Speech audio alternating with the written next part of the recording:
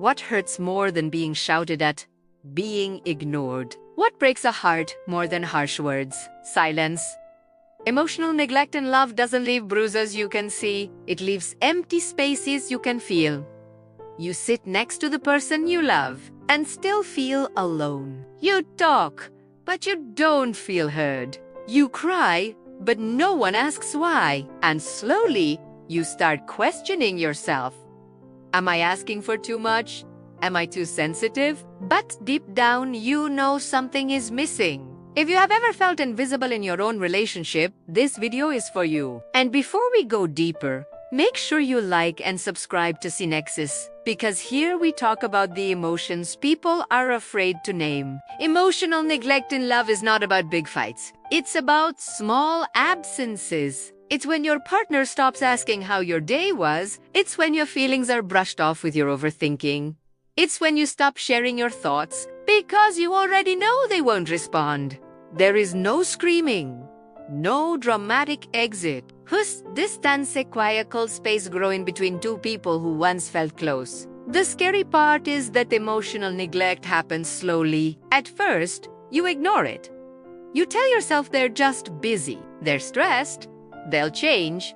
But weeks turn into months, and you start feeling emotionally hungry. You crave simple things: attention, reassurance, affection, understanding. Not luxury, not perfection, just connection. When someone is emotionally neglected, they often shrink themselves. They stop complaining, they stop expressing needs, they become easy to love. But inside, they feel unseen. Over time, this creates deep loneliness, and loneliness inside a relationship is heavier than being single. Because when you're single, you expect to be alone. But when you're in love, you expect to feel chosen. Many people don't even realize they are emotionally neglecting their partner. They think, I'm not cheating, I'm not abusive, so I'm doing nothing wrong. But love is not only about what you don't do, it's about what you do consistently. Do you listen? Do you validate? Do you show up emotionally? Or do you avoid deep conversations because they feel uncomfortable? Sometimes emotional neglect comes from childhood wounds. A person who grew up in a home where feelings were ignored may not know how to handle emotions. They may shut down when things get intense.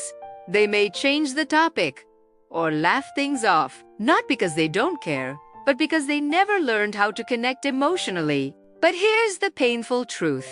Even if someone doesn't mean to neglect you, the damage still feels real. Intentions don't erase impact. And if your emotional needs are constantly unmet, you begin to doubt your worth. You start thinking love is supposed to feel this empty. You lower your standards just to keep the relationship alive. Now, pause for a second.